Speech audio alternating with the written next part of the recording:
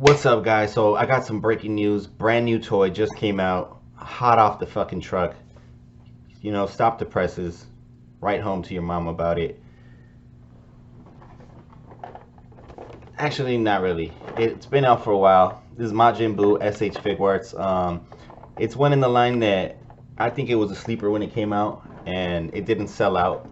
It sat on the shelves for a good while because I wasn't even collecting in 2018 when it came out. I kind of had taken a break.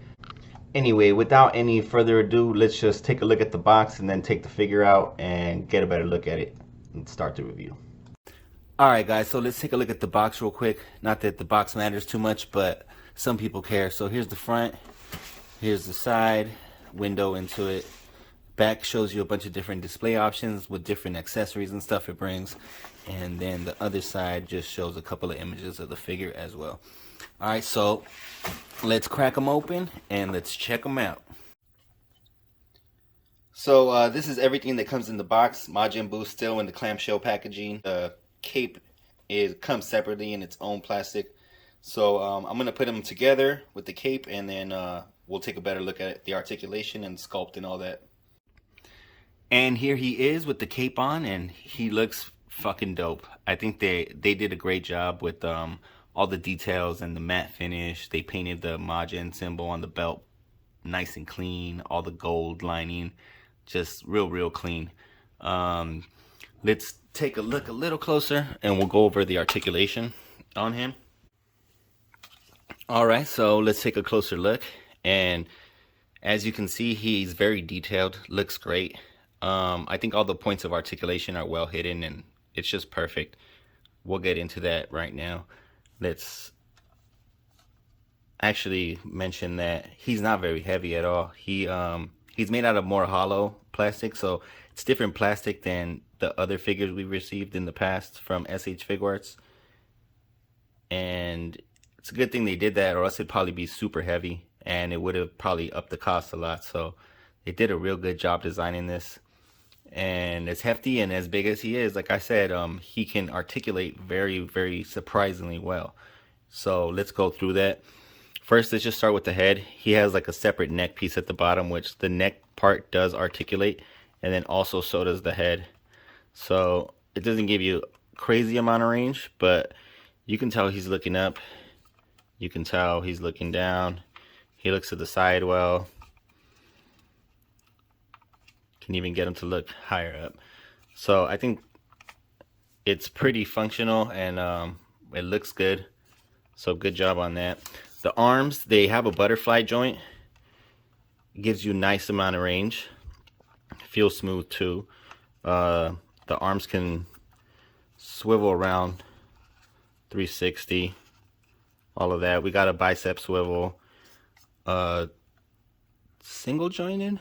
No, I think it is double. It's different. But it kind of bends. Yeah, it is double. It's a double joint. We've got swivel and little hinge at the wrist. More of a swivel than a hinge. Oh no, there it goes. So actually works very well. Now there's a bit of waist swivel, but it's not much. It's something, but yeah, you can't get much out of it. And if you could, I don't want to force it. I probably could. See, it's going more, but it's really tight here, and I don't want to scratch any paint off, so I'm not gonna. See, you could already see a little bit of black scuffing here where it rubs, so I'm not gonna force that, but I think you can go maybe a bit more. The legs, now this is where it's a lot different than anything we've seen before, and I think that they designed it pretty well, because I didn't expect him to be able to articulate this well. But he can kick forward, kick out to the side, both directions. He could do the splits really well. He can even kick back. So yeah, articulation, I think they did a good job considering how big he is. I think they pulled it off good.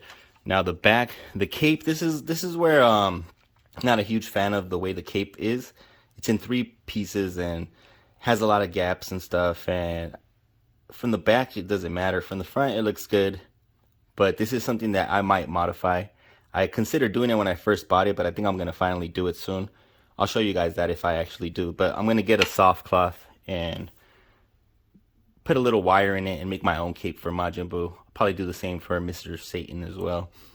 So yeah, like I said, I'll show you guys that if and when I do that. So yeah, articulation is really good on this figure. He stands well for his size. You got to play with it a little bit. Maybe lean him a bit forward because of the weight. But he can definitely hold himself up, and yeah, you can get a lot of different poses going. Let's go through.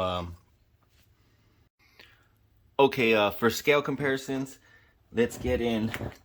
Obviously, we gotta put him next to Mr. Satan. There he is, and then we gotta get him next to. We'll get him next to Dragon Star's Kid Buu. Here he is with Saiyaman. And last but not least, here he is next to Majin Vegeta. Oh, he's not gonna stand up. Huh? There you go. Yeah, so as you can see, he's big. He should be big. I'm glad they didn't skimp us out and give us a small Buu who was too scrawny, you know, kind of how they did with Cell. Nobody was happy with that Cell, so people should be happy that they gave us this Buu. They complained about the plastic and they didn't like it. It felt cheap, but you know what? If it was a solid plastic like the other figures, it would have been too heavy and clunky, and I think they just did a good job in picking what to do and then executing it really well. So I'll leave you guys with a couple of pictures. And like I said, this is a great figure. It looks awesome and it articulates well. I think it stands out on the shelf for sure. It's a must-have. If you can pick it up, get it. It's worth the money. Even in the aftermarket, as long as you don't have to pay too much for it, I'd pay like maybe like $120 at the most for it personally. But it's up to you. If you really want it, then get it, because it brings the collection together, in my opinion, and it's different than a lot of the other Gokus and Vegetas, and they all kind of look a little samey. So he really breaks up the look of that, you know, just Saiyans and gold hair stuff. So it's a must pick up, in my opinion. So I'll leave you guys with a couple of photos and stuff. Hope you guys liked the video. I'll have a couple of more up soon. I'm going to review this Saiyaman and Mr. Satan later. So yeah, you guys could check those out as well. Thank you for watching and hope you enjoyed. Peace.